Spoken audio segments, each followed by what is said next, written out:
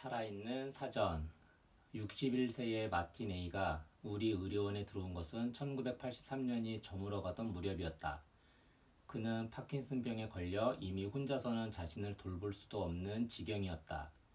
그는 어렸을 때 수막염에 걸려 사경을 헤맸고 그로 인해 정신지체가 되고 말았다. 게다가 충동적이고 발작을 쉽게 일으켰으며 반신이 다소 경련을 일으키는 상태였다. 그가 학교에 다닌 기간은 아주 짧았지만 그래도 음악에 대해서는 훌륭한 교육을 받았다. 아버지가 메트로폴리탄 가극장의 유명한 가수였기 때문이었다. 그는 부모님이 돌아가시기 전까지는 그들과 함께 살았지만 그 후에는 사환, 종합원, 접시 닦기 등을 하면서 어렵게 살았다. 할 수 있는 일이라면 뭐든지 했지만 동작이 굼뜨고 멍청해서 도움이 안 된다는 이유로 해고당하기 일쑤였다. 만일 음악적인 재능과 감수성이 없었다면, 그리고 음악이 주는 기쁨이 없었다면 그는 그의 인생은 우울하고 참을 수 없을 만큼 비참했을 것이다. 그는 음악에 대해서는 놀라운 기억력을 자랑했다. 오페라만 해도 2,000곡 이상을 알고 있다고 말한 적도 있었다. 그러나 음악을 배운 적도 없고 악보를 볼 줄도 몰랐다. 그런데도 어떻게 그렇게 많은 오페라를 익힐 수 있었는가 하는 의문은 일단 접어두자. 어쨌든 그의 뛰어난 음악적 재능은 그의 탁월한 귀 덕분이었다. 그는 오페라든 오라토리오든 한 번만 들으면 잊지 않고 기억했다. 그러나 유감스럽게도 그의 목소리는 귀를 따라가지 못했다. 음치는 아니었지만 쉰 목소리였고 경련성 음성 장애가 있었다. 그가 아버지에게 물려받은 타고난 음악적 재능은 수막염과 뇌 장애에도 불구하고 상실되지 않았다. 만일 장애가 없었다면 그는 카루소와 같은 대가수가 되었을까? 아니면 음악적 재능의 발달은 어느 면에서는 뇌 장애와 지능 장애에 대한 보상이었을까? 답은 아직도 수수께끼로 남아있다. 다만 분명한 것은 그의 아버지가 친밀한 부자관계도 또한 정신지체인 아들에 대한 헌신적인 애정을 통해서 음악적인 소질뿐 아니라 음악에 대한 정열까지 그에게 전달했다는 사실이다.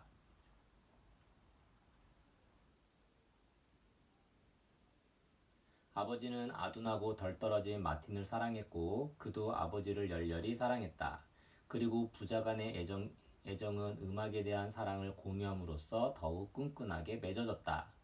마틴이 가장 유감스럽게 생각하는 것은 자신이 아버지처럼 유명한 오페라나 오라토리오 가수가 되지 못했다는 사실이었다. 그러나 그 생각에 사로잡혀 고뇌하지는 않았다. 나름대로 자신이 할 수 있는 일에서 즐거움을 찾았고 그래서 사람들을 즐겁게 했던 것이다. 그의 기억력이 워낙 뛰어났기 때문에 유명인사까지도 그를 만나러 왔다. 그의 기억력은 음악 자체뿐 아니라 연주에까지 미쳤다. 그는 살아있는 사전으로서 다소간의 명성을 얻었다. 그는 2,000곡의 오페라뿐 아니라 헤아릴 수 없을 만큼 많은 공연에서 배역을 맡았던 가수들을 몽땅 기억했다. 나아가 배경과 연출, 의상, 무대 장치 등을 세세한 부분까지 기억했다. 그는 뉴욕의 모든 거리, 건물, 그리고 전철과 버스 노선을 모조리 기억하는 것도 자랑으로 삼았다. 요컨대 그는 열정적인 오페라 박사였고 백치 천재였다.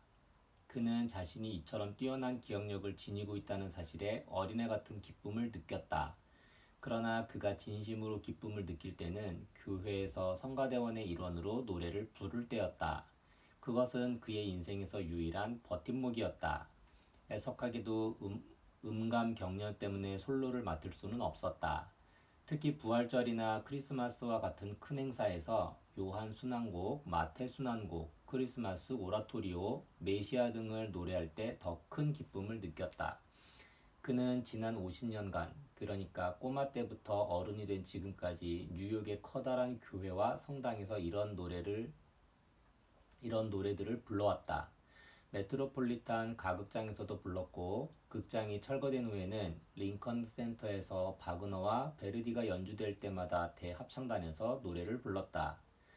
오라토리오나 순환곡과 같은 대곡을 부를 때뿐 아니라 작은 교회의 성가대와 합창단에서 노래를 부를 때도 그는 음악에 몰두하는 순간 자신이 정신지체라는 것과 슬프고 비참한 존재라는 것 따위를 모두 잊었다.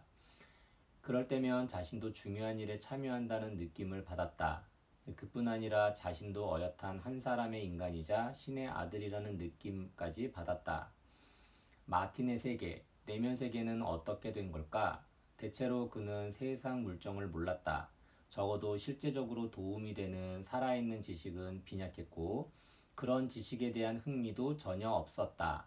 백과사전의 한쪽을 읽어준다든지 아시아의 강 지도나 뉴욕의 지하철 노선도를 보여주면 그는 그것을 즉시 직관적으로 기억했다. 그러나 그러한 직관적 기억은 그와 아무런 관련도 없는 것이었다. 리처드 윌라임의 말을 빌리면 그것은 실존적인 자아와는 관계가 없는 단순한 비중추성 기억에 불과했다.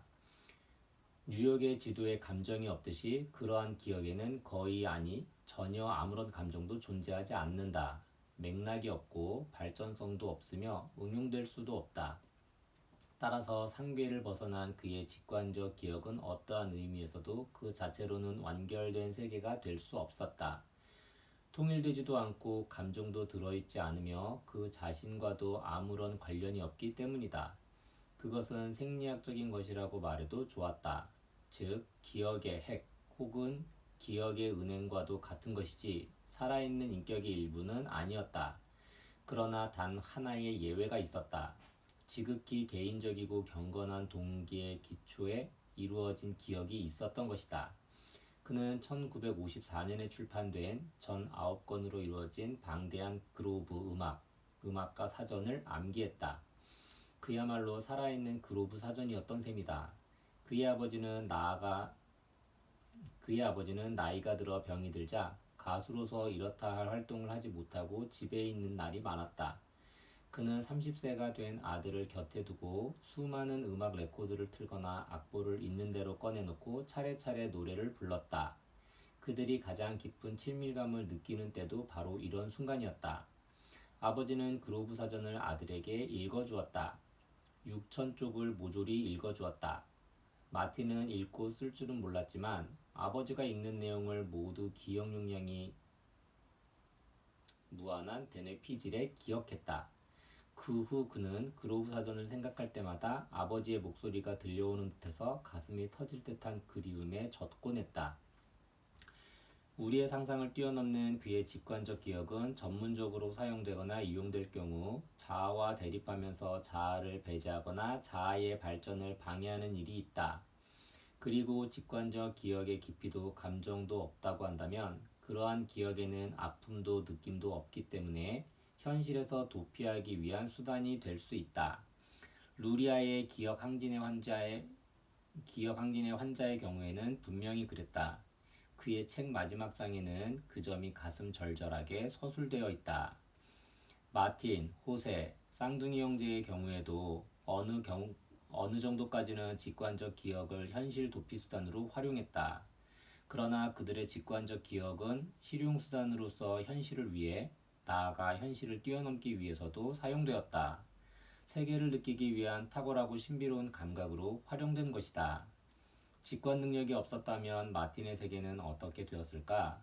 결국 그것은 작고 답답하고 더럽고 어두운 세계였을 것이다. 마틴은 어렸을 때 아이들의 놀림감이었고 친구를 사귈 수도 없었다. 어른이 되어서도 닥치는 대로 꾸준히 일을 했지만 그나마 늘 해고당하기 일수인 처참한 삶을 살았다. 어린 시절에도 어른이 되어서도 하나의 인간으로서 대접받지 못했던 것이다. 그는 가끔 철없는 짓을 했고 때로는 심술을 부리며 떼를 쓰기도 했다. 그럴 때마다 그는 어린애 같은 말을 하곤 했다. 지늙은 얼굴에 던져버릴 거야 하고 부르짖을 때도 있었고 사람에게 침을 뱉거나 때리거나 덤벼드는 일도 있었다. 코를 킁킁거리기도 했고 더러운 콧물을 소매자락으로 닦기도 했다. 그럴 때에 그는 행동이나 감정이 코 흘리기와 별로 다르지 않았다. 그는 어린애처럼 굴었고 그의 행동에는 인간적인 따스함이나 친절함이 없었다. 게다가 뛰어난 기억력을 이것 보라는 듯이 자랑했기 때문에 아무도 그를 좋아하지 않았다. 결국 그는 의료원에서 소외당했다. 많은 사람들이 그를 피했다. 사태는 더욱 악화되었다. 마틴의 상태는 날이 갈수록 나빠졌고 어떻게 대처해야 좋을지 아는 사람이 아무도 없었다. 처음에는 밖에서 독립된 생활을 하던 사람이 의료원에 들어왔을 때 누구나 겪기 마련인 적응 장애라고 생각했다.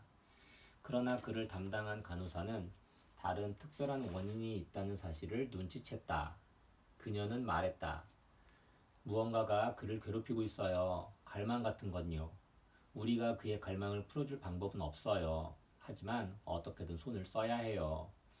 1월에 다시 진찰하러 갔을 때 그는 마치 딴 사람 같았다. 예전과 같은 자부심이나 자만심도 없었다. 그는 분명히 정신과 육체 모두 고통받았고 그로 인해 초조해하고 있었다. 도대체 어떻게 된 일입니까? 노래를 하지 않고는 살 수가 없습니다. 쉰 목소리로 그가 대답했다. 노래 없이는 살 수가 없어요. 게다가 일반 음악은 아무런 소용이 없어요. 기도를 할 수 없으니까요. 그는 갑자기 옛일을 떠올리며 말했다.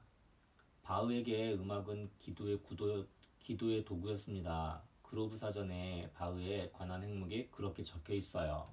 304쪽이 있습니다. 일요일에는 그는 추억에 잠긴 듯이 훨씬 부드럽게 말을 이어나갔다. 반드시 교회에 나가 성가대에서 노래를 불렀어요. 걸음마를 배우자마자 아버지가 데리고 다녔지요. 그리고 1955년에 아버지가 돌아가신 후에도 교회를 계속 다녔습니다. 안 가고는 배길 수가 없어요. 이어서 그는 한마디로 잘라서 이렇게 말했다. 교회에 가지 못하면 나는 죽고 말 거예요. 보내드리고 말고요. 우리는 단지 당신이 무얼 그리워하는지 몰랐습니다. 교회는 의료원에서 그리 멀지 않았다. 마틴은 교회에서 크게 환영받았다. 신도 및 성가대의 대원으로 환영받은 것은 물론 그의 아버지가 그랬듯이 성가대의 간부, 고문으로서 환영받았던 것이다. 그 후 그의 생활은 완전히 변했다. 그는 자기가 있어야 할 자리로 되돌아간 듯 했다. 그는 일요일마다 바흐를 노래하며 기도할 수 있었다. 성가대 간부로서 누리는 작은 권위도 자랑스러웠다. 얼마 후 내가 찾아가자 그는 자부심에 들뜬 모습이 아니라 담담한 말투로 말했다. 저 선생님, 제가 바흐의 예배음악과 합창곡을 모두 알고 있다는 사실을 교회 사람들이 알게 되었어요. 사실 저는 그로브 사전에 실려있는 202곡의 교회 칸타타를 전부 알고 있어요. 이곳 교구에서 본격적인 오케스트라와 성가대를 갖춘 곳은 우리 교회뿐이랍니다. 게다가 바흐의 성악곡 전부를 정기적으로 부르는 곳도 이곳뿐입니다. 일요일마다 칸타타를 부르고 있고 이번 부활절에는 마태 순환곡을 부를 생각입니다. 지적 장애인인 마틴이 이렇듯 정열적으로 바흐에 몰두하는 것은 신기한 일인 동시에 감동적이기도 했다. 바흐는 대단히 지적인 반면 마틴은 모자란 사람이었기 때문이었다. 나는 한 번은 칸타타 카세트를 또 한 번은 마그니피카트 카세트를 가지고 그를 방문했다. 그때 처음으로 나는 마틴이 비록 지능은 낮지만 바흐의 복잡한 기교를 거의 완벽하게 이해하는 음악적 지성을 갖고 있음을 깨달았다. 지능 따위는 문제가 아니었다. 바흐는 그를 위해서 존재했고 바흐야말로 그의 생명이었다. 마틴은 특이하게 뛰어난 음악적 능력을 갖춘 인물이었다. 그러나 그것은 적절한 장면에서 자연스러운 형태로 활용되지 않으면 단순히 상괴를 벗어난 행동에 불과했다. 아버지에게 소중했던 것, 그것은 마틴에게도 소중했다. 두 사람은 음악, 특히 종교 음악의 혼과 목소리의 혼을 공유했던 것이다. 목소리야말로 기쁨과 신의 찬미에 사용될 수 있도록 신이 만들어 주신 악기였던 셈이다. 마틴은 전혀 다른 사람으로 변했다. 교회로 돌아가 노래를 부른 다음부터 그는 자신감을 되찾고 우뚝 일어나 다시 한번 진실한 존재가 되었다. 반토막에 불과한 인간, 의사 인간이 아니었다. 더러운 코울리기의 모습은 사라졌다. 그는 이제 감정도 없이 비인간적이고 직관에 의존하는 사람이 아니었다. 인격을 갖춘 인간이었다. 그는 존엄을 갖춘 예의 바른 사람으로서 지금은 의료원 동료들로부터 존경과 부러움을 한 몸에 받고 있다. 마틴이 실제로 노래 부르는 모습, 음악과 한 몸을 이루고 있는 황홀경 속에서 온 정신을 집중해서 듣는 모습은 참으로 경이로웠다. 그때의 그는 변신하고 있었던 것이다. 춤출 때의 리베카, 그림을 그릴 때의 호세, 오직 수의 세계로 몰입할 때의 쌍둥이 형제의 모습과 같았다. 결함이나 생리학적인 문제는 모두 사라지고 조화를 이룬 쾌활함, 통일을 이룬 건전함을 갖춘 인간으로 변신했던 것이다. 뒷이야기 2장과 다음에 나오는 2장에서는 내가 직접 경험한 사례만을 서술했다. 당시에는 이런 문제를 다룬 책들이 실제로 그렇게 많이 나와 있다는 사실을 몰랐다. 예를 들면 루이스 힐이 보고한 52가지 병리에 1974년 쌍둥이 형제를 발표한 뒤에 비로소 나는 어렴풋하게나마 그 사실을 깨닫고 놀라움과 흥미를 동시에 느꼈다. 그러는 사이에 편지와 원고들이 쇄도하기 시작했다. 나는 특히 데이비드 비스콧이 쓴 훌륭하고 상세한 병리의 보고 1970년에 큰 관심을 가졌다. 그의 환자 해리엇 쥐와 내 환자 마틴 사이에는 많은 공통점이 있었다.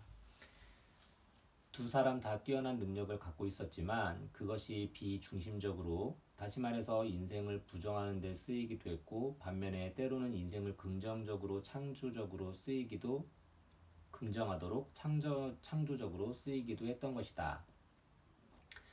해리엇은 아버지가 읽어주는 것을 듣고는 보스턴 전화번호부의 세 쪽 분량을 기억했고, 그 후 몇 년 동안 거기 나와 있는 번호는 묻는 대로 대답할 수 있었다. 그러나 또 한편으로는 그것과 전혀 다른 놀랄만한 창조력을 지니고 있었다. 그녀는 어떤 작곡가의 스타일을 사용해서라도 작곡을 할 수 있었던 것이다. 쌍둥이 형제의 경우와 마찬가지로 쌍둥이 형제 참조, 마틴이나 해리엇의 경우에도 그들의 능력이 백지천재, 특유의 기계적인 재주, 범상하기는 하지만 무의미한 재주로 타락할 위험이 있었다.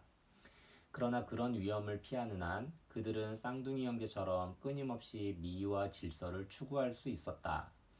마틴은 그다지 중요하지도 않은 것에 대해 놀랄 만한 기억력을 발휘했지만 그가 진정한 기쁨을 얻는 것은 질서와 조화로부터였다. 칸타타의 음악적, 정신적 질서이든 그로브 사전의 백과사전적 질서이든 그런 것은 상관없었다. 중요한 것은 바흐나 그로브 사전이 그에게 하나의 세계를 전달해 주었다는 점이다. 비스콧의 병리와 마찬가지로 마틴에게는 음악이 세계의 전부였다. 그것이야말로 진실한 세계였다. 그는 음악 속에서 살며 변신했다. 이것이 마틴에게 일어난 기적이었다. 이 점은 해리엣의 경우에도 동일했다. 이 볼품없고 어색하고 촌스러운 소녀, 오세라고 하기에는 너무나 덩치가 큰 이 소녀는 보스턴 주립병원에서 열린 세미나에서 연주를 시작하자 전혀 다른 사람으로 변신했다. 그녀는 얌전하게 의자에 앉아 조용한 눈빛으로 건반을 바라보며 청중이 조용해지기를 기다렸다. 이윽고 그녀는 건반 위에 천천히 손을 올려놓고 잠시 가만히 있었다. 그리고 머리를 한번 끄덕이더니 피아니스트와 같은 동작으로 감정을 담아 연주를 시작했다. 그 순간부터 그녀는 전혀 다른 사람이 되었다. 백지천재라고 하면 진정한 지성과 이해력을 갖추지 못한 채 기묘한 재주라던가 기계적인 재능만을 갖춘 사람으로 여겨진다. 나도 마틴을 처음 만났을 때 그렇게 생각했다. 바흐의 마그니피카트를 틀고 그와 논의를 할 때까지는 그렇게 생각했다. 그러나 그와 함께 마그니피카트를 듣고 난 후 그가 그 복잡한 곡을 완벽하게 이해하고 있음을 깨달았다. 그가 단순한 재주나 놀랍지만 기계적인 기억력이 아니라 진정으로 뛰어난 음악적 지성을 가지고 있음을 깨달았다. 그래서 이 책의 초판을 발표한 후에 시카고의 LK 미러가 내게 보내온 뛰어난 논문에 특히 흥미를 느꼈다. 발달장애가 있는 어떤 음악적 천재의 음감 구조에 대한 감수성이라는 제목이 붙은 논문은 어머니의 뱃속에서 풍진에 감염되어 지능이나 그 밖의 면에서 심각한 장애를 안게 된 5살배기 신둥에 관한 상세한 연구였다.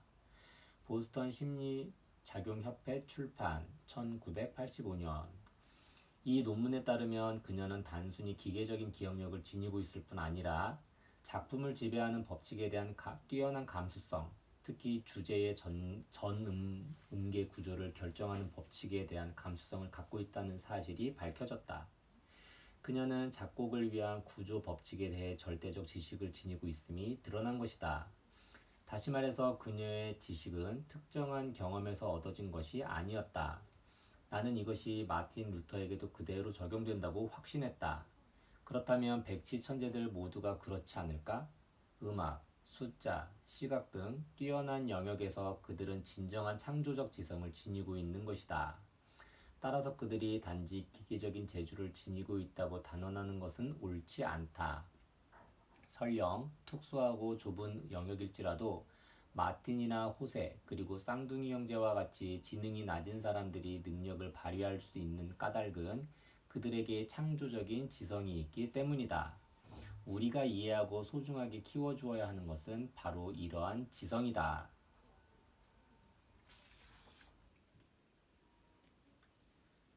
쌍둥이 형제 1966년 내가 주립병원에서 쌍둥이 형제 존과 마이클을 처음 만났을 때 그들은 이미 널리 알려져 있었다. 두 사람은 라디오나 텔레비전에도 출연했고 학계의 과학적인 연구 대상뿐 아니라 대중적인 관심의 대상으로 떠올라 있었기 때문이다. W.A. 호이츠 외 1965년에 엠블린 참조. 심지어는 두 사람을 대상으로 한 공상 과학 소설이 발표되었을 정도다. 그 소설에는 어느 정도 가상의 내용이 가미되기는 했지만 대체로 실제 보고된 내용에 근거한 것이었다. 로버트 실버버그의 소설 1967년 특히 11에서 17쪽 참조. 이 쌍둥이는 당시 26세였으며 7세 때부터 병원에 수용되어 있었다. 그들에 관한 진단은 자폐증, 정신병, 중증의 지적장애 등 가지각색이었다. 이 두 사람에 대해 지금까지 언급되어 온 내용을 한마디로 요약한다면 아무것도 잘하는 게 없지만 어떤 한 가지만큼은 뛰어난 이른바 백치 천재라는 것이다. 이 쌍둥이는 기억력이 비상해서 그들이 경험한 것은 아주 사소한 내용까지도 정말 훌륭하게 기억한다. 나아가 역법상의 계산 방법이 그들의 머릿속에 무의식적인 알고리즘으로 자리 잡고 있기라도 한 듯 과거나 미래의 어느 날이 무슨 요일인지 물어보면 그 자리에서 대답해준다. 무의식적인 알고리즘이 내재한다라는 생각은 스티븐 스미스가 그의 상상력 넘치는 대작 위대한 두뇌 계산기 1983년에서 주장한 바 있다. 이 쌍둥이에 대한 논문은 1960년대 중반에 절정을 이루었다가 그 이후로는 연구가 이루어지지 않고 있다. 한때 큰 관심을 끌었지만 일단 어느 정도 설명이 되어 수수께끼를 풀렸다고 여겨지자 그 후로 열의를 갖고 연구에 임하는 사람이 없는 상태이다. 그러나 나는 이 같은 생각이 오해라고 본다. 일이 그렇게 된 건 사정이 있었다. 쌍둥이 형제 연구자들은 판에 박힌 접근 방식을 취하고 상투적인 질문 형태 및 특정한 결론에 집착함으로써 쌍둥이 형제의 심리와 방법, 그들의 삶을 아주 시시한 수준으로 끌어내리고 말았던 것이다. 하지만 이러한 연구야 어찌되었던 간에 현실은 그보다 훨씬 불가사의하고 복잡하며 그렇게 간단히 설명할 수가 없었다. 어느 한쪽으로 몰아가는 형식적인 테스트나 흔히 보는 심층 취재 60분 따위의 인터뷰 프로그램으로는 진실의 일단을 엿보는 것조차 불가능하다. 물론 이러한 연구나 텔레비전 방송이 틀렸다는 건 아니다. 그것들은 그런대로 조리가 서 있고 때로는 많은 내용을 가르쳐 주기 때문에 참고가 되기도 한다. 다만 그러한 노력들은 밖에서도 잘 보이므로 접근이 손쉬운 표면만을 다루고 있을 뿐 심층에까지 도달하지는 못하고 있다. 심층 아래의 좀 더 깊은 곳에 대해서는 언급은커녕 생각조차 한 적이 없다는 결점이 있는 것이다.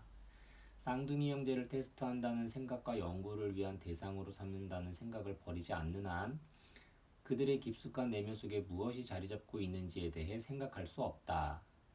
우리는 그들을 어떤 틀에 끼워 맞춘다든지 시험하려는 시도를 버려야 한다. 그 대신에 있는 그대로의 모습을 알려고 해야 한다. 마음을 열고 조용히 관찰해야 한다. 일체의 선입견을 버리고 겉으로 드러난 현상을 있는 그대로 받아들이는 태도로 대해야 한다. 그들이 어떻게 생활하고 생각하며 둘이서 조용히 무얼 하고 있는지를 설령 그 모든 것이 기묘하게 여길지라도 오히려 공감하는 마음의 자세로 지켜보아야 할 따름이다. 그렇게 할 때 비로소 알게 되는 것이겠지만 거기에는 무엇에도 비길 수 없을 신기한 것이 숨겨져 있다. 그것은 필시 근원적이라 해도 좋을 만한 어떤 힘이요 심연이다. 그들을 안 지도 벌써 18년이 되었지만 내겐 여전히 풀지 못한 수수께끼로 남아있다. 쌍둥이 형제를 처음 만나보면 그들에게서 사람을 끌어들이는 따위의 매력은 좀처럼 발견할 수 없다. 마치 이상한 나라의 앨리스에 나오는 괴이적은 트위들덤과 트위들디와 같으며 서로 모습이 빼다박은 것처럼 닮았다. 꼭 거울을 보고 있는 것처럼 얼굴의 생김이나 몸놀림은 물론 성격과 두뇌 작용, 나아가 뇌 조직의 결함 상태까지 완전히 닮아있다. 빼닮았다. 두 사람 다 키가 정상인보다 작았으며 머리와 손은 어울리지 않게 크고 윗턱과 다리는 활처럼 휜 모양이었다. 목소리는 아주 단조롭고 날카로웠다. 그들은 때때로 안면 근육의 경련이나 기묘한 행동을 보였으며 둘 다 심한 근시라 아주 두꺼운 렌즈의 안경을 끼고 있었고 그 때문에 눈이 대단히 일그러져 보였다. 쏘는 듯한 시선으로 상대를 주목하여 바라보고 엉뚱한 다른 것을 생각하며 거기에 마음을 빼앗기고 있다는 인상과 함께 마치 익살맞은 꼬마 교수 같은 느낌을 준다. 이런 느낌은 간단한 검사가 시작되자 더욱더 짙어졌다. 아니 테스트라기보다는 오히려 인형을 앞에 두고 이제 늘 하던 대로 팬터마임을 시작할까요? 하고 묻는 것이나 마찬가지였다. 그 뒤에 일어난 일은 지금까지의 논문 등에 쓰여있는 내용과 일치했다. 무대에 섰을 때도 똑같았다. 두 사람은 내가 근무하는 병원에서 매년 벌어지는 잔치마당에 자주 등장했다.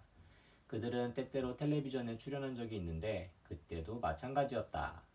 그들이 이러한 장소에 나와서 하는 행동은 언제나 정해져 있었다. 쌍둥이는 말한다. 어떤 날이든 말해보세요. 언제라도 괜찮아요. 4만 년 전이든 후이든 상관없어요. 그러면 누군가가 몇 년, 몇 월, 며칠이 무슨 요일이라고 묻는다. 그러면 거의 순간적으로 그날이 무슨 요일인지 답이 나온다. 또 물어보세요. 두 사람은 큰 소리로 말한다. 이렇게 해서 두 사람의 재주자랑이 되풀이된다. 두 사람은 또 현재를 기준으로 전후 4만 년씩 8만 년 동안 부활절이 몇 월 며칠인가를 대답해 준다. 연구 보고서에서 빠뜨린 사실이지만 그들의 눈은 이러한 대답을 하는 동안에 묘하게 움직이다가 딱 멈춘다. 마치 머릿속에 풍경이나 달력이 들어있고 그걸 차례차례 넘겨가며 조사하는 듯하다. 어쨌든 무엇인가를 보고 있는 듯하다. 이런 답을 끄집어내는 것은 순수하게 계산 문제가 될 터인데도 그들은 매우 긴장되는 시각적 작업을 하고 있는 모습이다. 숫자에 관한 그들의 기억력은 확실히 뛰어나다. 한계가 없다고 말해도 좋을 정도다. 3자리 숫자건 30자리 숫자건 아니 300자리 숫자건 간에 그들은 막힘없이 척척 기억해낸다. 이 또한 눈에 띄지 않는 어떤 방법이 있음에 틀림없다. 그러나 그들의 계산 능력을 테스트해보면 놀랄 정도로 형편없다. 계산 능력이야말로 셈의 천재 혹은 인간 계산기가 가장 자랑할 만한 능력임에도 어쩐 일인지 의외의 결과가 나왔다. 그들의 지능지수는 60이었고 거의 60에 어울리는 정도의 계산 능력밖에 없었다. 간단한 덧셈이나 뺄셈도 정확하게 해내지 못했다. 곱셈과 나눗셈에 관해서는 대체 그게 뭔지 의미조차 알지 못했다.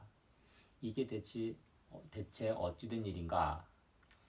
그들은 인간 계산기이지만 계산을 전혀 모르고 계산성의 아주 초보적인 능력조차도 결여되어 있지 않은가. 그런데도 그들은 캘린더 계산기라고 불린다. 아마도 그들은 달력 계산에 적합한 무의식, 무자각의 알고리즘을 사용하고 있는 듯하다. 물론 확실한 증거는 거의 없다고 해도 좋을 정도이지만 카를 프리드리히 가우스는 당대 최고의 수학자요 뛰어난 계산가였지만 부활절라를 셈하기 위한 알고리즘은 그의 능력으로 쉽게 만들어낼 수 없었다. 그렇게 생각할 때 이들 형제가 극히 간단한 셈조차 하지 못하면서 그런 알고리즘을 찾아내 쓰고 있다는 사실은 도저히 믿기지 않는 일이었다. 계산에 뛰어난 사람들은 모두 자신에게 적합한 방법이나 알고리즘을 스스로 만들어내고 그것을 여러 가지의 레파토리로 지니고 있다. 그래서 W.A. 호위츠나 다른 사람들은 이 쌍둥이의 경우도 당연히 그러하리라고 생각했던 것이다. 스티븐 스미스는 이러한 초기의 연구 보고를 액면 그대로 받아들여 다음과 같이 썼다. 흔히 있는 일이지만 우리들의 이해를 뛰어넘는 신기한 무언가가 여기에 작용하고 있다. 많은 구체적인 예를 경험한 뒤에 무의식적으로 알고리즘을 만들어내는 인간의 신비로운 능력이 만일 이런 말로 모든 게 설명된다면 이 두 사람은 그야말로 평범한 존재에 불과하며 하등 관심을 끌 요인이 없다. 왜냐하면 알고리즘을 써서 계산하는 것은 본질적으로는 기계적인 행위이기 때문이다. 현재 기계는 그러한 행위를 효율적으로 처리한다. 그렇다면 이건 어려운 문제일 따름이지 적어도 신비의 세계와는 관계가 멀어진다. 그러나 그들이 행동으로 보여주는 재주 또는 연기 속에는 정말 놀랄만한 내용이 있었다. 그들은 그들이 살았던 생애의 어느 날이든 그날의 날씨나 그날 일어났던 사건에 대해 대답할 수 있었다. 대체로 만 4세 이후에 대해서는 어떤 날을 묻든 곧바로 대답할 수 있었다. 그런데 이때 두 사람의 말하는 걸 보면 마치 로버트 실버버그가 그의 소설 속 주인공인 멜란지오에 대해 묘사한 것처럼 정말 어린이 같고 자세하게 기억하고 있었으며 전혀 감정이 없었다. 누군가가 어떤 날을 이야기한다. 그 말을 들으면 두 사람의 눈은 한순간 바삐 움직이지만 곧 한 곳에 멈춘다. 그리고 잠시 후 단조로운 목소리로 그날의 일기와 그날에 보도된 정치적 사건 및 두 사람에게 일어난 사건을 줄줄이 들려준다. 마지막에 들려주는 두 사람의 신상에 일어났던 사건 속에는 그들이 어린 시절에 겪은 쓰라린 기억 혹은 남에게 받은 모욕이나 비웃음, 굴욕 따위가 포함되어 있는데도 마치 남의 이야기를 하듯 무표정하다. 억양도 없고 감정이 개입된 기색이 전혀 보이지 않는다. 분명히 그들의 기억은 단지 사실의 기록에 불과하며 개인적으로 무슨 관계가 있다는 느낌새는 조금도 드러나지 않아 그들의 이야기 속에 살아있는 인간이 들어있다는 사실을 전혀 느끼지 못하게 만든다. 개인적인 요소나 감정이 그들의 이러한 기억 속에서 완전히 배제되어 있는 점은 강박관념이 강하거나 분열 증세를 보이는 유형의 인간에 나타나는 일종의 방어행위라고 말할 수 있다. 사실 이 쌍둥이는 강박관념이 강한 데다 분열 증세를 보였다. 그러나 그와 동시에 이런 류의 기억은 본래 개인적인 성격을 지니지 않는다고 말할 수 있다. 바로 이런 점이 그들이 보여주는 직관적 기억의 큰 특징이다. 그러나 여기서 특별히 강조하고 싶은 것은 이 쌍둥이의 기억량이 매우 방대하다는 점이다. 그들의 기억력이 얼마나 방대한가를 보통의 소박한 사람의 눈으로 볼 때도 명백하고 놀랍다. 그러나 연구자들이 이에 관해 자세하게 기록했다고 말할 수 없다. 그들의 기억은 정말이지 한이 없다는 생각이 든다. 유치하고 진부한 것이긴 해도. 그뿐 아니라 그들이 기억을 되살리는 양상에 대해서도 주목할 필요가 있다. 300짜리 숫자 혹은 과거 40년간에 일어난 수천억이 넘는 엄청난 양의 사건을 어떻게 머릿속에 담고 있는지를 물으면 그들은 아무렇지 않게 대답한다. 그냥 볼 뿐입니다. 하고 어쩌면 본다는 말이 이 쌍둥이가 보여주는 신비로움을 풀 열쇠가 아닌가 하는 생각이 든다. 문제는 시각화에 있는 것 같다. 그것도 비상한 집중력을 통해 방대한 범위에 걸쳐 한치의 오차가 없는 엄밀함을 요하는 시각화에 있는 것 같다. 그것이 그들 두뇌의 타고난 생리적 능력이라는 생각이 든다. 이는 루리아가 모든 것을 기억하는 남자에 쓴 유명한 환자의 사례와 비슷하다. 다만 다른 점은 루리아의 환자가 보여주는 기억력이 풍부한 공감각과 통합 능력을 지니고 있었음에 비해 이 쌍둥이의 기억에는 그러한 측면이 없다는 점이다. 그러나 내가 보기에 이 쌍둥이의 눈앞에 비할 데 없이 커다란 파노라마가 펼쳐져 있는 게 분명하다. 그것은 일종의 풍경으로서 그 속에는 지금까지 듣고 보고 생각하고 행한 모든 것이 전부 들어있다. 그리고 눈이 빙글 움직였다가 멈추어 무언가를 응시하는 듯이 보이는 한순간에 그들의 마음의 눈으로 이 거대한 풍경 속에 어떤 것이든 골라내어서 볼 수 있다. 이러한 기억력은 극히 이례적이고 진기하다. 그렇다고 이런 예가 이 쌍둥이 외에 전혀 없다는 말은 아니다. 그러나 우리는 이 쌍둥이가 서로 쌍둥이의 예가 아닐지라도 어떻게 그런 놀라운 기억력을 가질 수 있는지 거의 아무것도 아니 전혀 알 수가 없다. 그렇다면 이 쌍둥이의 사례에는 내가 이제까지 암시해온 것과 같이 더욱더 흥미로운 무언가가 있다는 말인가? 나는 분명히 있다고 생각한다. 19세기 에든버러 대학의 음악 교수였던 허버트 오클레이 경에 대해 이런 이야기가 전해오고 있다. 언젠가 농장에 가서 돼지가 우는 소리를 듣는 순간 그는 쥐샵라고 소리쳤다. 누군가가 곧바로 피아노가 있는 곳으로 달려갔다. 오클레이가 말한 대로 분명히 쥐샤프였다. 이 쌍둥이가 지닌 자연의 힘과 자연스러운 태도를 처음으로 접했을 때 내가 받은 인상도 비슷했다. 너무나 자연스러워서 오히려 웃으며 볼 수 있을 정도였다.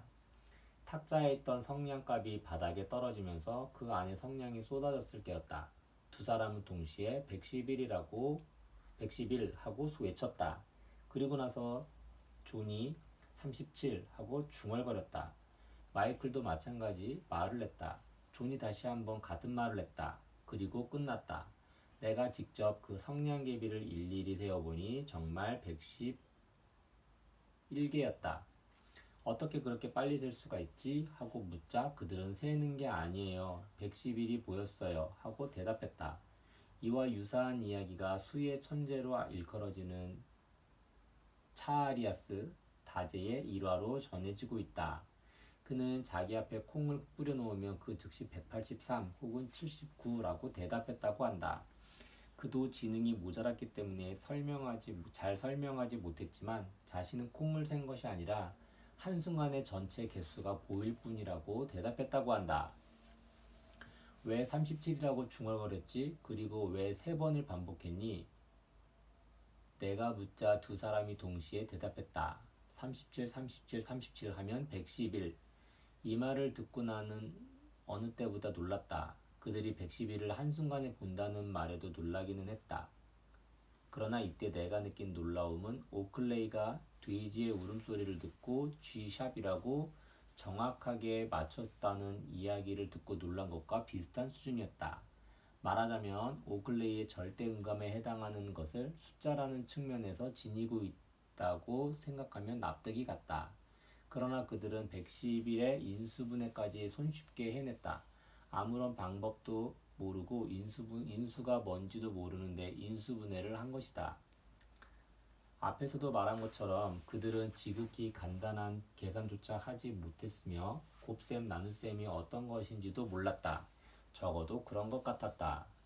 그런데 이번에는 100이 넘는 큰 숫자를 3등분해 놓고 천연덕스럽게 앉아 있었다. 극히 당연하다는 표정을 짓고서 말이다. 나는 흥분해서 물어보았다. 어떻게 그걸 알아냈니? 그들은 더듬더듬하면서도 온 힘을 다해 설명하려고 했다. 원래 이 같은 일은 설명하려 해도 적당한 말이 없는 법이다. 요컨대 그들은 행한 것이 아니고 한순간에 보았을 뿐이라는 설명이었다.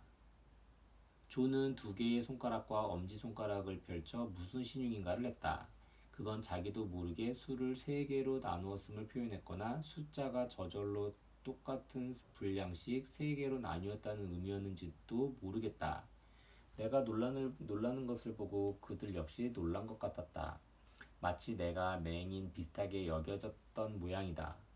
존의 몸짓을 보고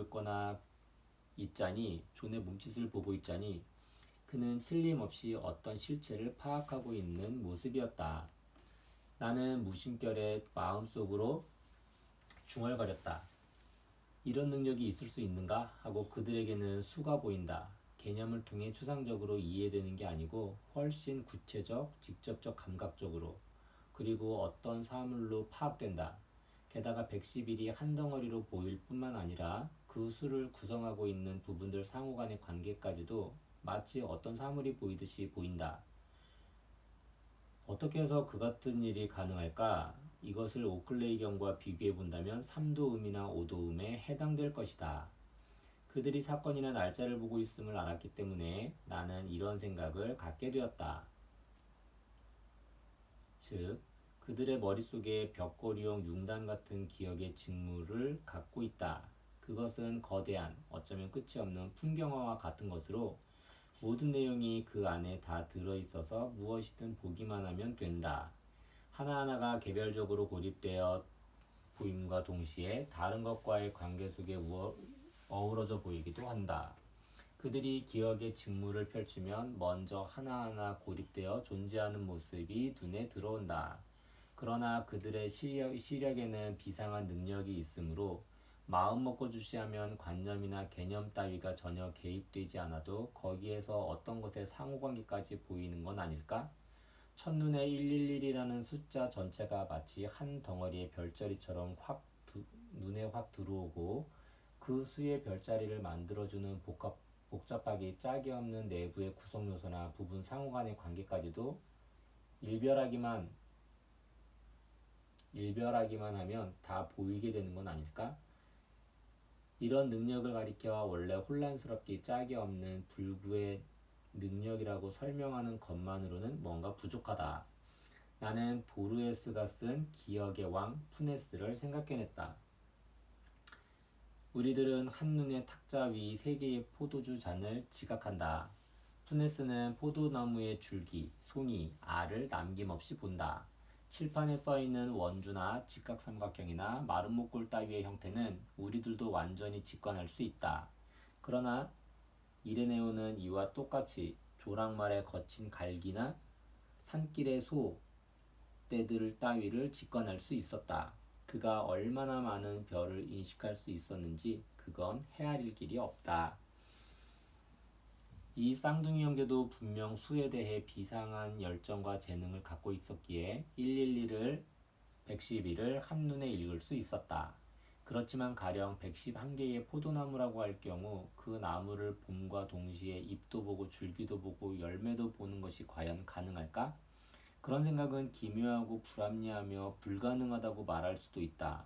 그러나 그때까지 내가 보았던 것들은 전부 이상한 투성이어서 내가 이해할 수 있는 한계를 넘어섰다. 내가 보기엔 이런 정도의 일은 그들이 할 수 있는 전체적인 능력에서 볼 때 실로 3발의 피에 불과할지도 모른다.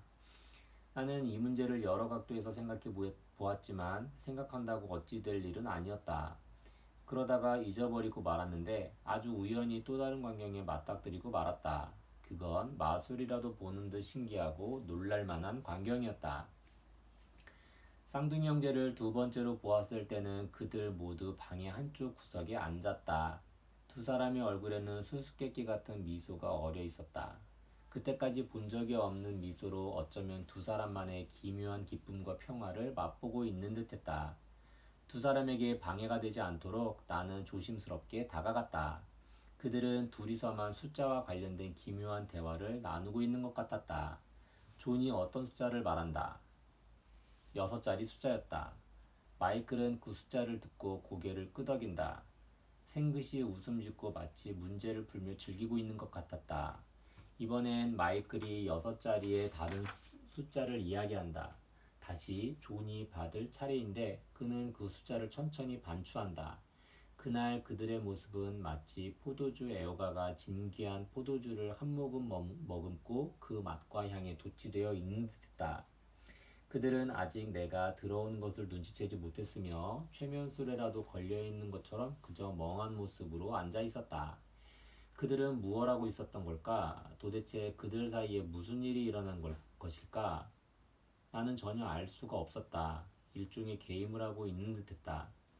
하지만 보통의 게임에서는 전혀 볼 수 없는 신중함과 긴장감이 팽팽하게 감돌았다. 두 사람이 다 깊은 생각에 잠겨서 범하기 어려운 신성한 분위기를 풍겼다. 늘 흥분하여 떠드는 모습만 보아왔는데 그때는 여태껏 본 적이 없는 엄숙한 태도를 보이고 있었다. 할 수 없이 나는 두 사람이 이야기하는 숫자를 메모나 하기로 작정했다. 그들에게 큰 기쁨의 셈 역할을 하는 숫자.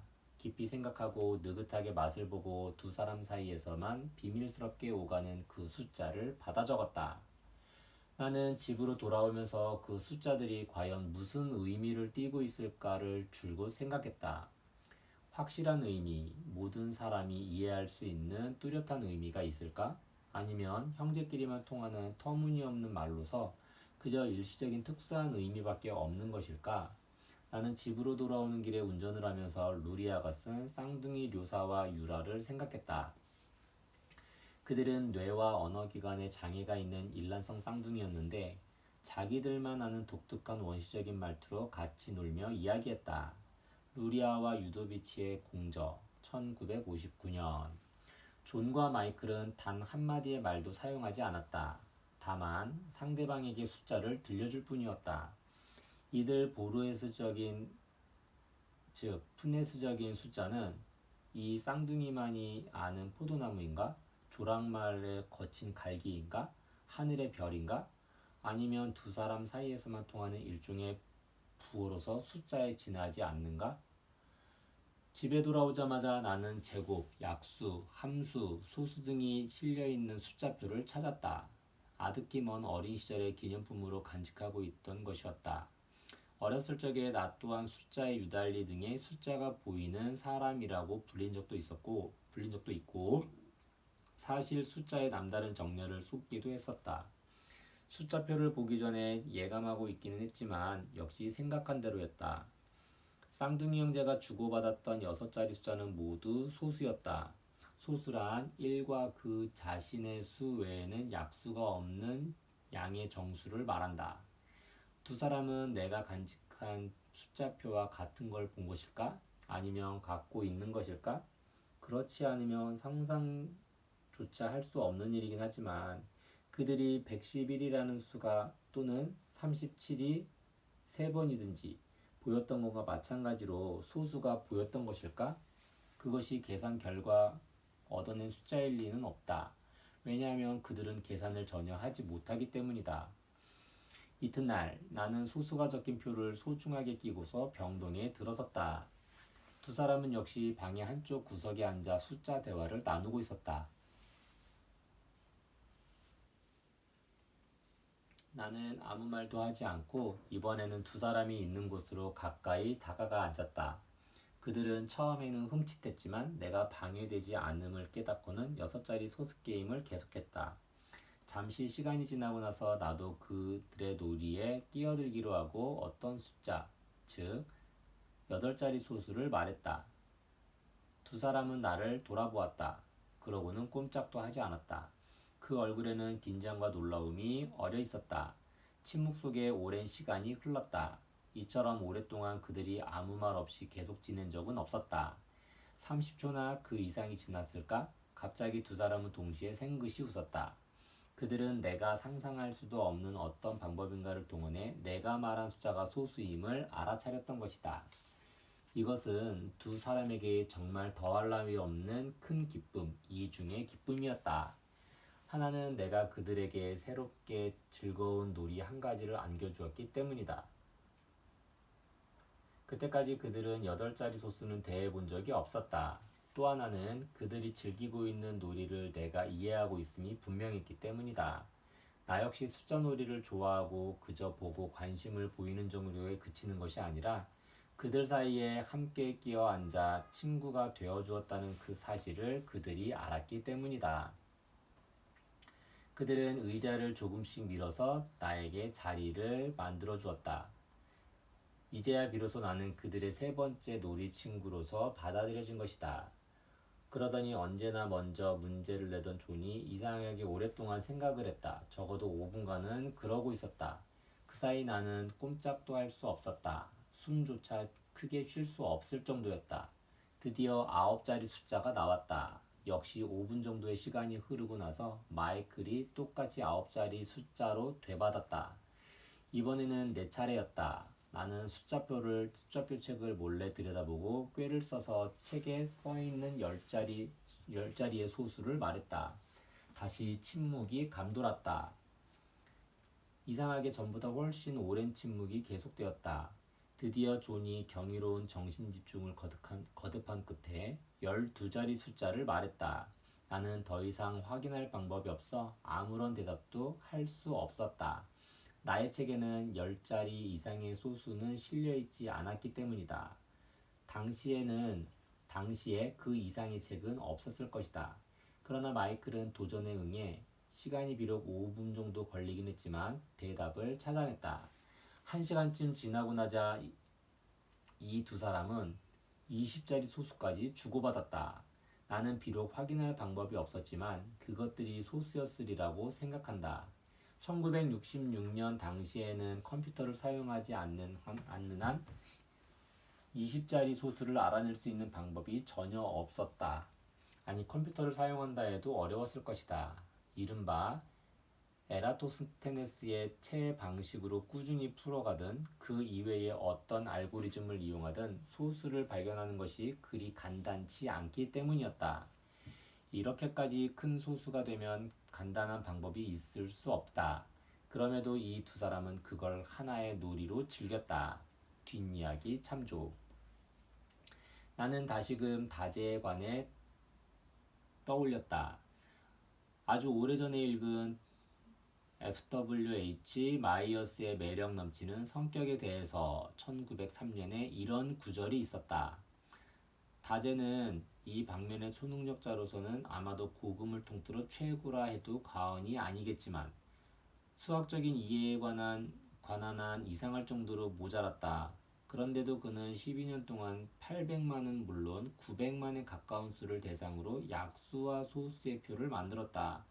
이것은 기계의 도움을 받지 않는 한 범인들이 일상생활을 걸려서도 범인들이 일생을 걸어서도 할 수 없을 정도의 양이었다. 이로써 다재는 초등학교 수학도 모르면서 수학에 귀중한 공헌을 한 유일한 사람이 되었다고 마이어스는 결론짓고 있다. 과연 다재는 숫자표를 만들어내는 어떤 방법을 가지고 있었던 걸까? 아니면 콩을 보는 순간 몇 개인지 보일 정도였기에 쌍둥이 형제가 그랬듯이 단위가 큰 소수도 보였던 것일까? 이에 관해서는 마이어스의 저서에 쓰여있지 않지만 아마 마이어스도 명백히 알 수 없었을 것이다. 사무실이 같은 병동에 있어서 나는 이 두 사람을 면밀히 관찰하기가 쉬웠다. 그들을 관찰해보고 알게 된 사실이지만 그들은 앞에서 말한 것 외에도 여러 가지 숫자 놀이나 숫자 주고받기를 즐겼다. 그게 뭔지는 알지 못했고 짐작조차 가지 않았지만 그러나 살펴본 바에 따르면 아니 이건 분명하다고 해도 좋지만 그들은 뚜렷한 특성을 지닌 숫자만을 대상으로 삼아서 놀이를 즐겼다. 즉, 별 의미가 없는 임의의 숫자에는 기쁨을 얻을 수 없으므로 숫자 속에 의미가 있어야 했다. 음악가들에게 하모니가 있어야 하는 것과 마찬가지였다. 때때로 나는 그들을 보고 음악가를 연상했는데 나는 그들이 음악가와 닮았다는 생각을 떨칠 수 없었다. 예를 들면 살아있는 사전의 마틴도 그랬다. 마틴 또한 지능이 떨어지고 지적인 이해력이 뒤져서 바흐의 세계를 머리로 이해할 수는 없었다. 그러나 그는 순수하고 장엄하며 대건축물과 같은 바흐의 음악 속에서 우주의 궁극적인 하모니와 넘치는 질서를 느꼈던 것이다. 토마스 브라운경은 이렇게 썼다. 조화롭게 창조된 사람은 조화에서 기쁨을 느끼고 우주의 묘한 음악을 만드는 제1 작곡자를 깊고 조용히 생각한다. 명상하는 그의 마음에는 귀로 듣고 느끼는 것 이상으로 거룩함이 전달되어 온다. 그것은 전 세계에 대해 마치 상형 문자와도 같이 상징적이면서 은밀하게 숨어 있는 가르침이다. 신의 귀에는 지적으로 울려 퍼지며 들리는 조화의 음악이라 할 수 있다. 인간의 영혼은 조화롭게 이루어져 있어서 음악에 가장 공감하기 쉬운 특성이 있다. 리차드 위라임은 인생의 실 1984년에서 계산과 도상적 정신을 확실하게 구별했다. 도상적 정신은 그가 만들어낸 말이다. 그는 이러한 구별에 대한 반대론이 나올 것임을 예견하고 한 발 앞서 다음과 같은 말을 남겼다. 계산은 도상적이 아니라는 사실에 이의를 달 사람이 있을지도 모른다. 아마도 그 이유로 계산할 때 종이 위에 쓰니까 결국 계산도 시각화 속에서 진행된다는 논거를 들 것이다. 그러나 이것은 이유가 되지 않는다. 왜냐하면 종이 위에 적힌 것은 계산 그 자체가 아니라 계산 결과의 표현이기 때문이다. 계산에서 다루는 대상은 어디까지나 수이며 글로 쓴 숫자는 시각화된 것이다. 즉 숫자는 수를 표기한 것에 지나지 않는다. 한편 라이프니츠는 숫자와 음악의 유사점을 논했다. 흥미로운 지적이다. 우리들이 음악에서 얻는 기쁨은 무의식적이지만 수를 헤아리는 데서 온다. 음악은 무의식적인 산술이나 다름없다. 우리가 알 수 있는 범위 안에서 추측해 볼 때 이 쌍둥이는 어떤 상태에 있는 것일까? 그리고 다른 사람들의 경우는 작곡가 에른스트 토흐의 손자인 로렌스 웨슐러가 내게 이야기해 준 바에 따르면 토흐는 엄청나게 긴 숫자라도 단 한 번만 들으면 곧바로 외울 수 있었다고 한다. 그는 숫자의 나열을 선율로 바꿈으로써 쉽게 기억했던 것이다. 즉, 어떤 숫자를 들으면 그것을 토대로 멜로디를 구성했다는 뜻이다. 제테리아 벅스터는 역사상 가장 끈질기고 기억력이 좋은 계산가였다. 숫자에 관해서는 계산이든 금전출납이든 가리지 않고 병적일 정도의 정렬을 보였다. 벅스턴 자신은 계산에 취해버린다는 말로 표현하곤 했다. 그는 음악이나 연극을 관람할 때도 쉬지 않고 숫자로 바꾸어 나갔다. 1754년에 쓰인 기록에는 이런 구절이 있다. 춤을 추는 동안에 그는 줄곧 스텝수의 주의를 집중했다. 어떤 멋진 음악을 들은 뒤 그는 엄청나게 많은 음이 나왔기 때문에 너무나 곤혹스럽다고 말했다. 유명한 배우 게릭이 출연하는 연극을 보러 갔을 때는 그가 뱉는 말을 헤아리려고 오직 게릭 한 사람에게만 주의를 집중했고 마침내 소망대로 해냈다. 이상은 극단적이기는 해도 모두 대단한 이야기들이다. 하나는 숫자를 음악으로 바꾸는 작곡가 이야기고 또 하나는 음악을 숫자로 바꾸는 계산가 이야기다. 이토록 극단적으로 다른 두뇌, 적어도 대극적 유형의 심리 상태는 많지 않으리라고 생각한다. 벅스턴과 유사한 예로서 그것보다 훨씬 이상하다고 생각할 수도 있지만 내 환자 미디엄 H를 들 수 있다. 그녀가 발작을 일으켰을 때가 그러하며 이 점에 대해서는 깨어남에 서술한 바 있다. 그런데 헤아리는 능력은 전혀 없지만 숫자에 대해 비상한 감각을 지닌 이 쌍둥이 형제는 벅스턴보다는 오히려 토후에 가깝다는 생각이 든다. 다만 토후와 달리 이 두 사람은 숫자를 음악으로 바꾸는 것이 아니라 숫자를 형태를 가진 것 혹은 상태로서 직관적으로 파악한다. 그들은 계산을 하는 것이 아니다. 그들이 지닌 수리 능력은 도상적인 것이다. 그들은 숫자들로 이루어진 이상한 풍경을 불러들여 그 안에서 살아간다. 그들은 숫자로 이루어진 놀라운 풍경 속을 자유롭게 거닌다. 마치 연극 연출가처럼 온통 숫자로만 이루어진 놀라운 세계를 창조해낸 것이다.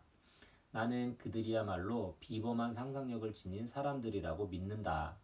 그러나 그러한 비범함은 오직 숫자를 상상할 때만 드러난다. 그들은 숫자에 대해 도상적인 접근 이외에는 계산기라면 가능할 다른 아무것도 할 수 없었다.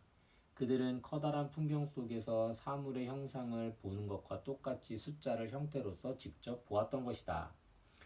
이 같은 도상성과 관련하여 과학적 정신을 지닌 사람들 가운데 유사한 사례가 있다. 멘델레예프라는 사람은 원소의 성질을 주기율 순으로 카드에 써서 언제나 지니고 다녔다. 그리고 그 내용에 익숙해지자 원소들의 성질이 낯익은 얼굴처럼 보였다. 모든 원소의 성질을 도상적으로 관상적으로 파악할 수 있게 된 것이다.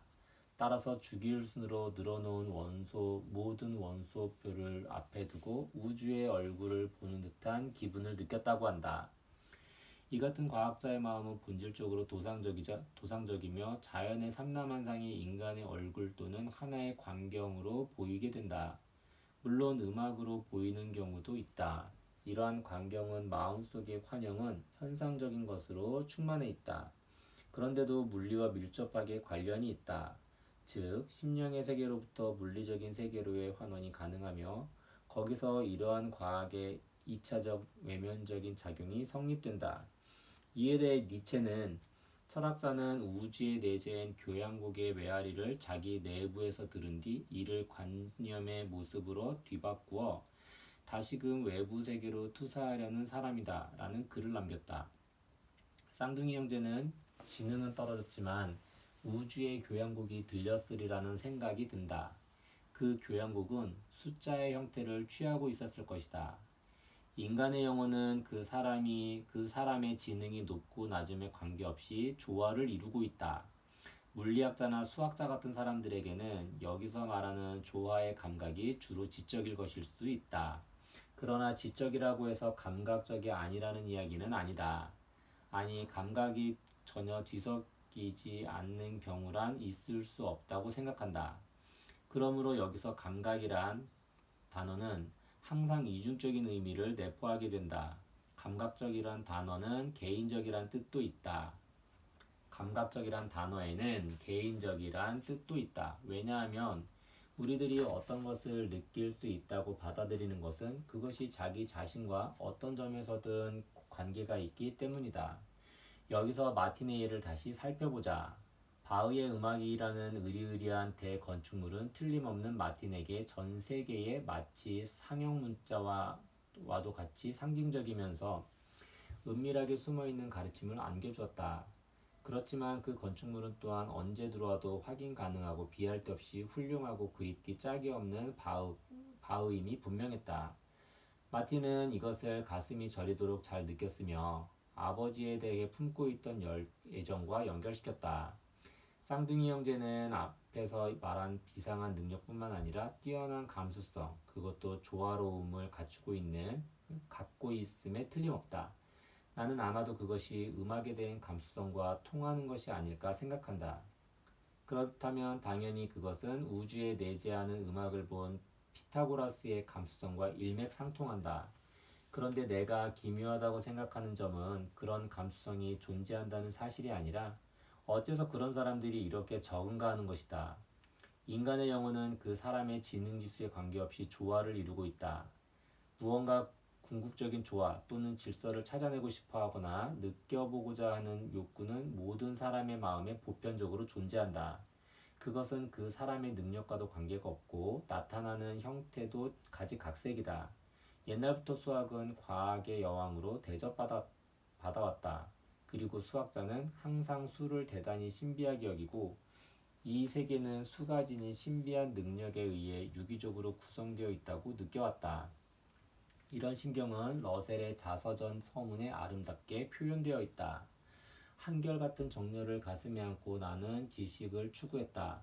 사람들의 마음을 이해하고자 했다. 왜 별이 반짝이는지를 알고 싶어 했다. 그리고 또한 수야말로 유전하는 만물을 지배한다고 역설한 피타고라스의 능력을 깨닫고자 노력해왔다. 지능이 모자란 쌍둥이 형제를 뛰어난 지성과 고귀한 정신을 가진 러셀과 비교하면 사람들은 의외라고 생각할지도 모르지만 나는 사실 그다지 지나치지 않다고 생각한다. 쌍둥이 형제는 숫자로 이루어진 세계 속에서만 살고 있다. 그들은 별이 빛난다는 사실에도 인간의 마음에도 전혀 흥미를 느끼지 못한다. 그러나 그들에게 수는 그저 숫자에 지나지 않은 게 아니라 어떤 의미를 지닌 실체이다. 그들은 숫자에 대해 가벼운 마음으로 다가서지 않는다. 다 바로 이 점이 이 점이 계산기들과는 다르다. 그들은 계산에 흥미를 느끼지 않았다. 그럴 능력도 없고 계산이란 걸 이해하지도 못한다. 그들은 오히려 숫자 그 자체를 묵묵히 들여다보고 생각한다. 옷깃을 세우고 일종의 경외심을 지닌 채로 숫자에 다가선다. 그들에게 숫자는 의미가 부여되어 있는 신성한 대상이었다. 제1 작곡자에 다가서기 위해 마틴은 음악을 통해 접근했지만 쌍둥이 형제는 숫자를 통해 이를 추구했다. 다른 점은 그뿐이었다. 그러나 숫자가 그들에게 단지 경외의 대상이었던 것만은 아니다. 그들의 친구이기도 했다. 자폐증에 고립된 생활 속에서 그들이 아는 유일한 친구라 해도 좋을 것이다. 이러한 경향은 숫자의 특수 재능을 지닌 사람들 사이에서는 상당히 공통적으로 나타난다. 스티븐 스미스는 방법론을 무엇보다도 소중하게 생각했지만 개개의 구체적인 것에도 흥미를 느껴 재미있는 예를 많이 적어 놓았다. 조지 파커 비더는 숫자를 좋아한 어린 시절을 생각하며 나는 100가지의 숫자와는 정말 좋은 사이가 되었다. 그 숫자들은 말하자면 나의 친구들이 되었다. 그 숫자들의 친척이나 친구마저 전부 알게 되었다. 라고 썼다. 나아가 인도 태상의 동시대인 샤이안 마라드는 이렇게 말했다. 숫자는 내 친구라는 말은 이런 뜻입니다. 어떤 특정한 숫자를 여러 가지 형태로 다루다가 그때까지 알지 못했던 재미있는 성질이 그 숫자 속에 숨겨져 있음을 다양한 기회를 통해 발견하게 됩니다. 그리고 그 후 계산 따위를 하다가 그 숫자를 만나면 갑자기 친구라는 생각이 들게 되는 것입니다. 헤르만 폴 헬름홀츠는 음악적 지각에 대해 복합음의 분석이 가능하고 그것을 구성하고 있는 음을 하나하나 나누는 게 가능하다 할지라도 보통 인간의 귀는 그것을 독특한 음색으로 된 나뉠 수 없는 전체로서 듣게 된다는 말을 했다. 이는 분석보다 한 단계 위의 종합적 지각에 대해 말하는 것이며 음악적 감각의 본질이라 할 수 있겠다. 헬름홀츠는 이러한 음을 사람의 얼굴과 비교했다. 즉 우리가 사람을 분간할 때에 그의 얼굴을 보고 그 사람 전체를 깨닫는 것과 마찬가지로 각자 고유한 방법으로 음을 인식한다는 설명이다. 요컨대 그가 하고자 하는 말은 음악에서의 음과 장단은 사실 귀에 대해서는 마치 얼굴과 같은 것으로 음과 장단을 듣는 순간에 전체적인 모습의 사람 혹은 개성으로 인식하게 된다는 이야기이다. 그 사람에 대해 따스함과 감정과 개인적인 관계 등이 전부 포함된 상태에서 인지가 이루어진다는 말이다. 숫자를 사랑하는 사람의 경우도 이와 마찬가지로 숫자라는 대상을 그런 식으로 인지하는 것 같다. 한눈에 직관적으로 난 널 알아 하는 식으로 알게 되는 것이다. 특히 흥미로운 것은 사람의 얼굴을 지각 또는 인식할 때의 방식이다. 우리가 사람의 얼굴을 적어도 본 적이 있는 얼굴을 알아볼 때는 그 자리에서 직접적으로 알아본다. 세부 사항을 보고 그것을 분석함으로써 판단하는 것이 아니다. 이 점과 관련해서는 많은 증거가 있다. 그러나 이미 보았듯이 얼굴인식 불능증인 경우에는 전혀 그렇지 못하다. 환자는 우후 두피질에 손상을 입었기 때문에 사람의 얼굴을 얼굴로 인식하지 못한다. 그래서 답답할 정도로 애돌아가는 간접적인 길에 의존해야 한다. 의미 없는 개개의 특징점을 하나하나 분석하는 것이다. 아내를 모자로 착각한 남자 참조. 수학자 윈 클라인은 이에 대해 다음과 같이 잘 표현했다. 숫자란 네 개의 친구나 마찬가지지. 누구에게나 그런 건 아니겠지만 예를 들어 3844가 어떻게 보이니? 너한테는 단지 3과 8과 4와 4에 불과할지 모르지만 내게는 안녕 62의 제곱이지. 안녕 62의 제곱이 되지. 이 쌍둥이는 겉으로는 아주 고독해 보이지만 실제로는 친구들이 가득 차 있는 세계에서 살고 있다는 생각이 들었다. 친구들과 몇천, 몇백만이나 되므로 친구들이 몇천, 몇백만이나 되므로 때로는 그들이 숫자에게 어이 하고 말을 걸기도 하고 때로는 숫자가 그들에게 어이 하고 말을 걸어올 것임에 틀림없다. 그러나 아무 숫자나 친구가 되는 건 아니다. 이렇게 말하면 설명하기 어려운 수수께끼 같은 말이 되고 말 수도 있지만 62의 제곱과 같이 각각 무언가 이유나 근거를 지닌 숫자만이 그 대상이 된다.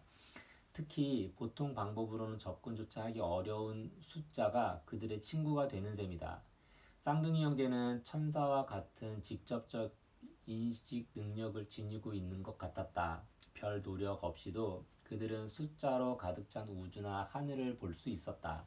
그리고 그 때문인지 두 사람의 주위에는 신비로움으로 가득 찬 분위기와 일종의 고요한 평온함이 깃들어 있었다. 그 평온함을 방해하거나 깨뜨리면 비극이 초래되지 않을까 하는 생각이 들 정도였다. 아무리 기괴하고 이상하게 여길지라도 이를 병적이라고 불러서는 안 된다. 우리들에게는 그렇게 부를 권리가 없기 때문이다. 그러나 이러한 평화는 그로부터 10년 뒤에 산산이 부서지고 말았다. 두 사람은 떨어져 있어야만 했다. 그것이 그들 자신을 위해서 좋았다는 주장이 등장했기 때문이다. 두 사람만의 불건전한 관계를 중지시켜야 하며 지금처럼 바깥 세상과 격리시켜 놓으면 그들은 영원히 사회성이 결여될 것이라는 게 그러한 주장의 논거였다. 이런 식의 주장은 당시의 의학이나 사회학에서 판에 박은 듯이 써먹던 논리였다. 이리하여 쌍둥이 형제는 1977년에 헤어졌다. 그 결과가 좋았는지 비참했는지 생각하기에 따라 다를 것이다. 두 사람은 중간시설에 따로따로 수용되어 심한 감시 속에서 용돈벌이 정도의 시시한 일을 하게 되었다. 단단히 주의를 주고 승차권 내용의 금속제 토큰을 주어 외출시키면 버스에 탈 수 있을 정도는 되었다. 우둔하고 정신적으로 이상하다는 것은 척보아 알 수 있었지만 사람들 앞에서도 별 이상 없이 혼자서 처신할 수 있게 되었다. 이런 점들이 긍정적인 면이라면 부정적인 면도 있었다. 그러나 이 점에 대해서는 기록카드에 전혀 기록되지 않았다. 처음부터 주의 깊게 살피는 사람이 없었기 때문이다. 둘만이 나누던 숫자로 된 대화는 금지되고 명상이나 교감의 기회 혹은 시간조차 모두 빼앗겨 버렸기 때문에 그들은 끊임없이 일에 시달리는 존재가 되고 말았다.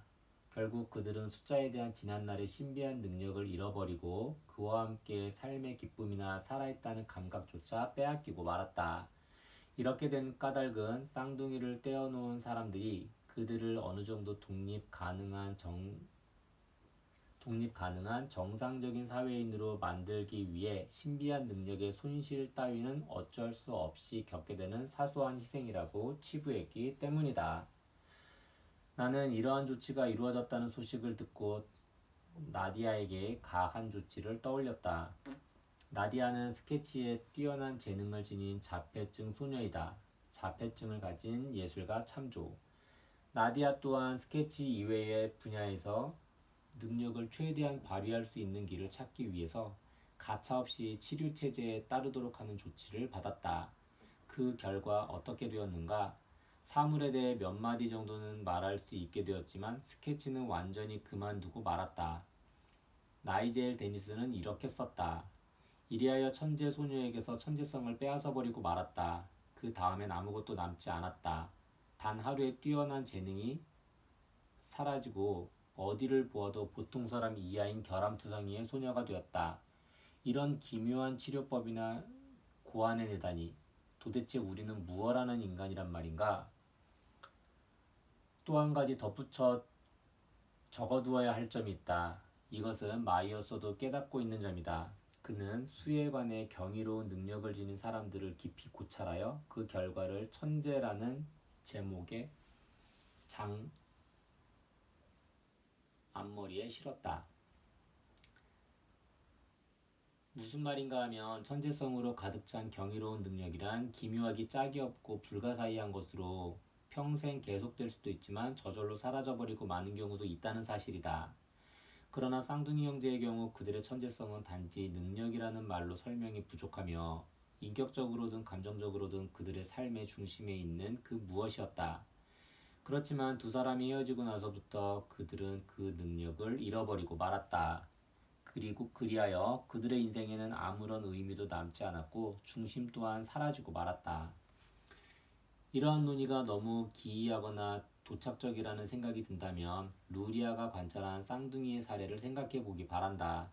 두 사람을 떼어놓는 것은 그들 자신의 발달을 위해 반드시 필요한 일이었다.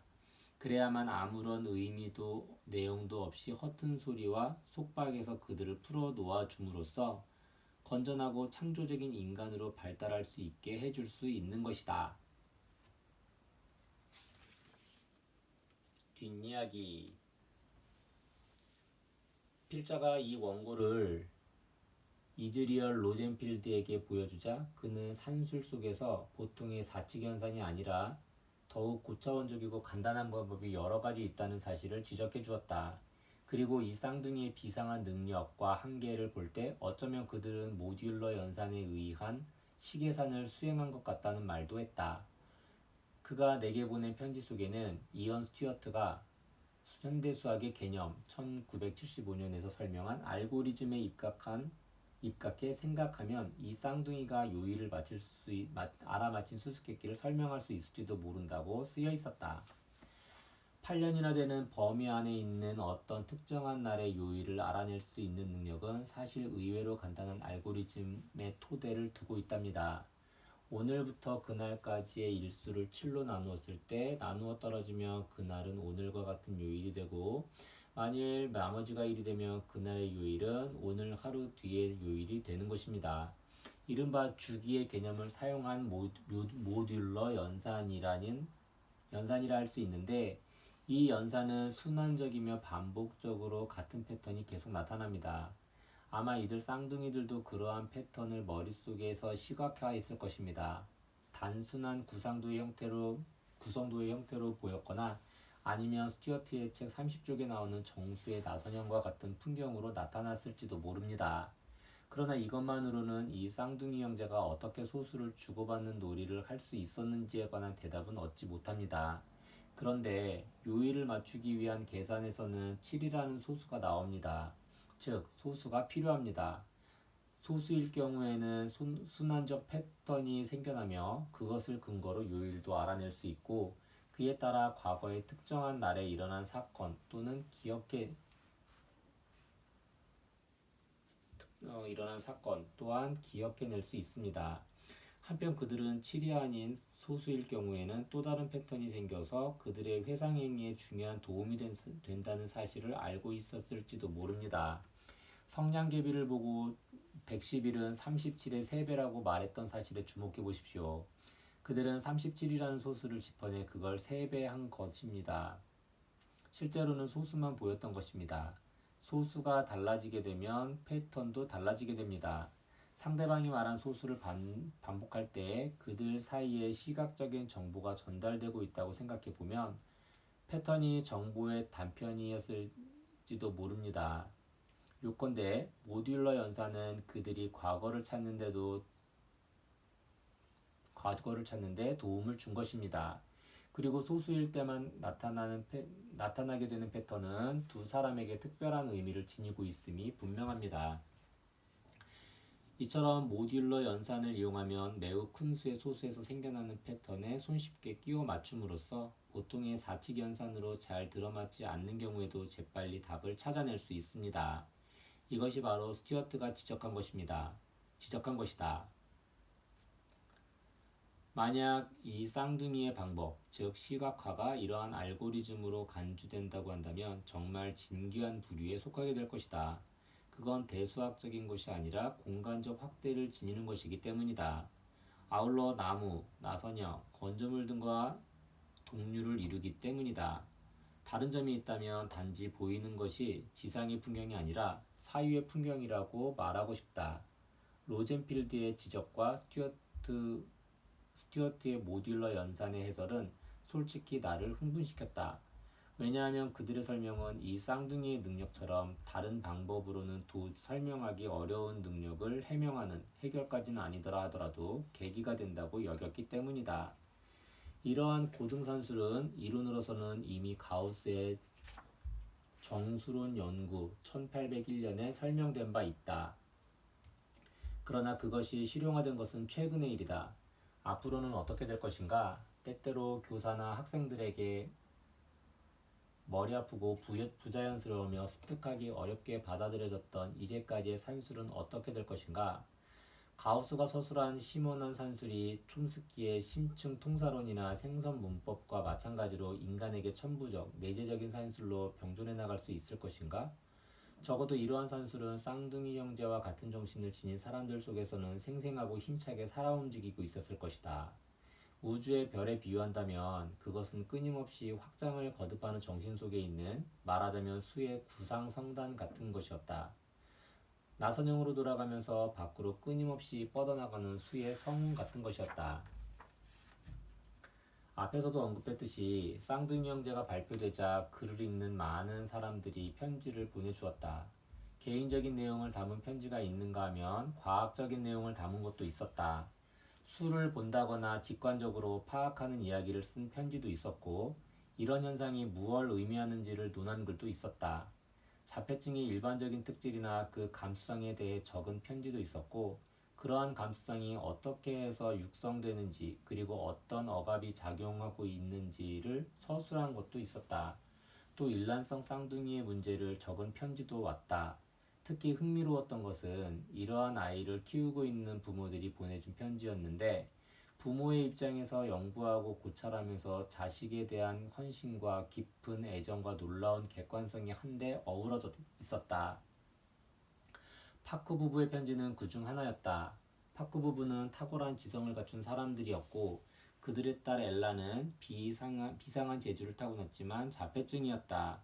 CC 파크 1867년, D 파크 1974년 313에서 323쪽 참조. 엘라는 스케치를 잘했지만 수에 대해서는 특수한 재능을 지니고 있었는데 특히 어렸을 적에 더욱 뛰어났다. 엘라는 수의 세계가 지닌 매력에 이끌렸고 소수를 유난히 좋아했다. 소수의 특별한 감정을 느낀다는 사실은 이제 그다지 진기한 것이 못된다.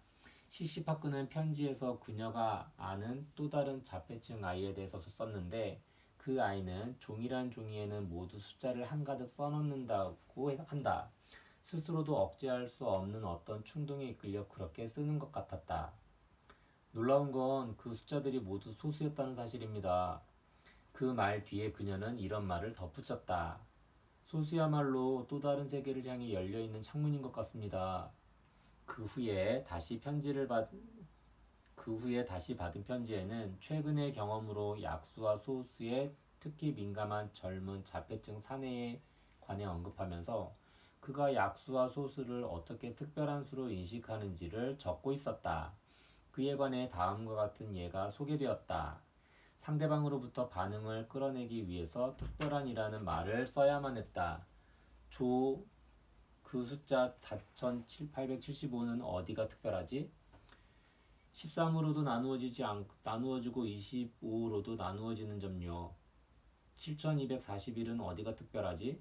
13과 557로 나누어지는 점요. 그럼 8741은 그건 소수예요. 파크는 이렇게 덧붙였다. 가족 가운데 누구 한 사람도 소수에 관한 그의 상대가 될 사람이 없습니다. 그건 조 혼자만의 즐거움이지요. 알 수 없는 점은 어떻게 답이 거의 반사적으로 나오는가 하는 점이다.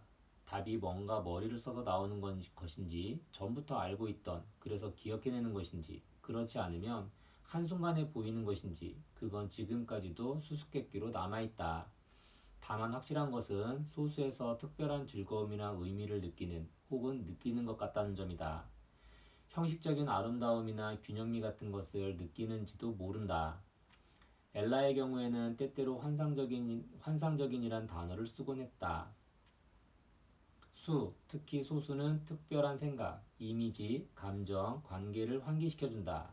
그중 어떤 것은 특별하고 환상적인 느낌이 지나쳐 입 밖에 낼 수 없을 정도였다. 이상의 내용은 디파크의 보고 앞의 책 속에 상세하게 나와 있다. 쿠르트 괴텔은 극히 일반적인 형태이긴 했지만 특히 소수가 많은 관념, 인간, 장소 등을 가리키는 표석이 되는 것 같다는 설을 제기했다.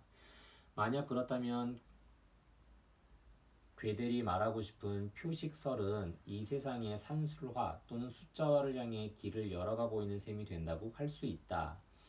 이 네이젤과 J.R. 뉴먼의 1958년 논문 참조.